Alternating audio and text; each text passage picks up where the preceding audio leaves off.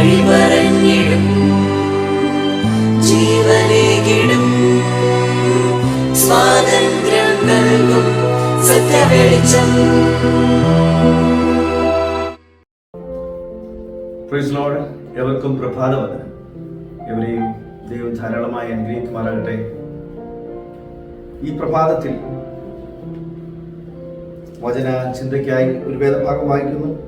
സങ്കീർത്തനങ്ങളുടെ പുസ്തകം 3-ാം അധ്യായം 2-ാം വാക്യം, 2-3 വാക്യങ്ങൾ. 3-ാം സങ്കീർത്തനം 2-3 വാക്യങ്ങൾ.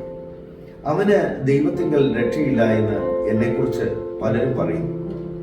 നീയോ യഹോവേ, എനിക്ക് ചുറ്റും പരിചയം, എൻ്റെ മഹത്വവും എൻ്റെ തല ഉയർത്തുന്നവനും ആകുന്നു. ഇവിടെ ദാവീദിന്റെ ഒരു സങ്കീർത്തനമായിട്ട് നമുക്ക് 3-ാം സങ്കീർത്തനം കാണുവാൻ കഴിയും. ദാവീദ് തൻ്റെ മകനായ അബ്ശാലോമിന്റെ മുമ്പിൽ നിന്ന് ഓടിപ്പോകുമ്പോൾ പാടുന്ന ഒരു സങ്കീർത്തനമാണ്.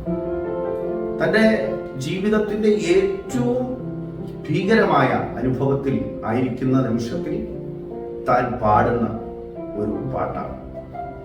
ഇവിടെ നമുക്ക് ശ്രദ്ധിക്കേണ്ട ഒരു കാര്യം, വേദന നിറഞ്ഞ ഒരു അനുഭവത്തിൽ എങ്ങനെ ഒരു മനുഷ്യന് പാടുവാൻ കഴിയും? തീർച്ചയായും അത് ദൈവത്തിൽ ആശ്രയിക്കുന്ന വ്യക്തികൾക്ക് മാത്രമേ കഴിയുള്ളൂ. ഒരു ഭക്തനായ, ദൈവത്തോട് അടുത്ത് ജീവിക്കുന്ന ഒരു വ്യക്തിക്ക് മാത്രമേ അങ്ങനെ ജീവിതത്തിന്റെ പിരിമുറുക്കമുള്ള അനുഭവങ്ങൾ, വല്ലാതെ തളർത്തുന്ന വിഷയങ്ങൾ, ആ വിഷയത്തിലും തീർച്ചയായും ദൈവത്തെ ഉയർത്തുവാനും ദൈവത്തോട് അടുത്തു വരുവാനും കഴിയുന്നത് അങ്ങനെയുള്ള വ്യക്തികൾക്ക് മാത്രമേ കഴിയൂ. ഈ ലോകത്തിൽ നമ്മൾ ശ്രദ്ധിക്കുന്നതാണ്, നിരവധി ചെറിയ വിഷയങ്ങൾക്ക് പോലും ആത്മഹത്യയിലേക്ക് പോകുന്ന നിരവധി വ്യക്തികളുണ്ട്. ആത്മഹത്യ ഒരു വിഷയത്തിനും പരിഹാരമല്ല. സകല വിഷയത്തിനും പരിഹാരം യേശുവിന്റെ സന്നിധിയുണ്ട്. അത് തിരിച്ചറിഞ്ഞ ദാവീദാണ്. തന്റെ സ്വന്തം മകൻ തനിക്കെതിരായി തിരിയുമ്പോഴും, താൻ തന്റെ കൊട്ടാരം വിട്ട് ഓടിപ്പോകുമ്പോഴും എല്ലാവരും തന്നെ കുറിച്ച് പറയുന്നു, അവന് ദൈവത്തിങ്കൽ പോലും രക്ഷയില്ല എന്ന് എന്നെ കുറിച്ച് പലരും പറയും.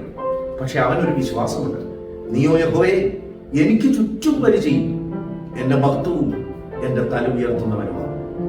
ഇന്നല്ലെങ്കിൽ നാളെ എന്നെ വിടുവിക്കുന്ന, എന്നെ ഉയർത്തുന്ന ഒരു ദൈവമുണ്ടെന്ന് ഉറച്ചു വിശ്വസിക്കുന്ന ദാവീദ്. പ്രിയരെ, താങ്കളുടെ സാഹചര്യം എന്തെന്ന് എനിക്കറിയില്ല.